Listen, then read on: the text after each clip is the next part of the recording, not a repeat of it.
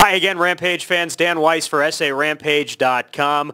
Welcome you back to another summer edition where we can sit and talk hockey, and it's a pleasure. It's an honor to be joined by the new assistant coach, the new assistant head coach for the San Antonio Rampage, Jeff Truitt. Jeff, welcome to San Antonio. How are you slowly adjusting and settling into things here? Yeah, thanks for having me. Yeah, San Antonio is a tremendous city. We've heard nothing but great things about it, being a Canadian boy that you always kind of wonder where you're going, but we've heard great things about San Antonio, and I had the opportunity of coaching here for a game a couple of years ago with Springfield, so get to see the building again, but we sure like San Antonio so far.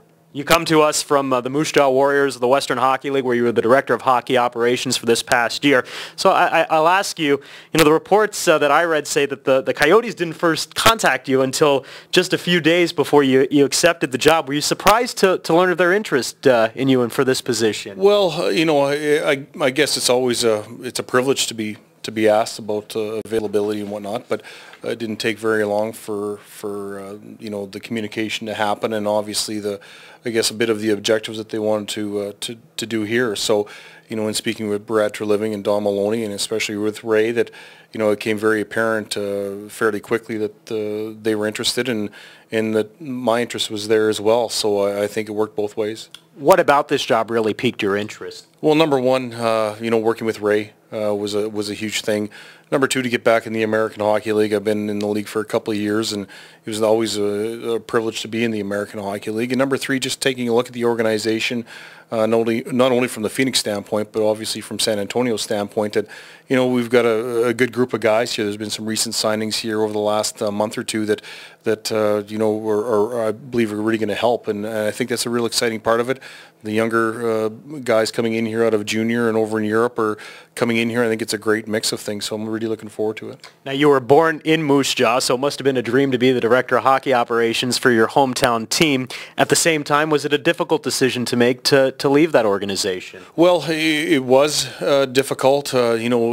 Sometimes you work very hard to get back to where you grew up, and I was born in Moose Jaw, although we didn't spend a lot of time there after I was born. We moved on to Rosetown, Saskatchewan, but still relatives in Moose Jaw itself, and being able to kind of come back to where you first started, I guess.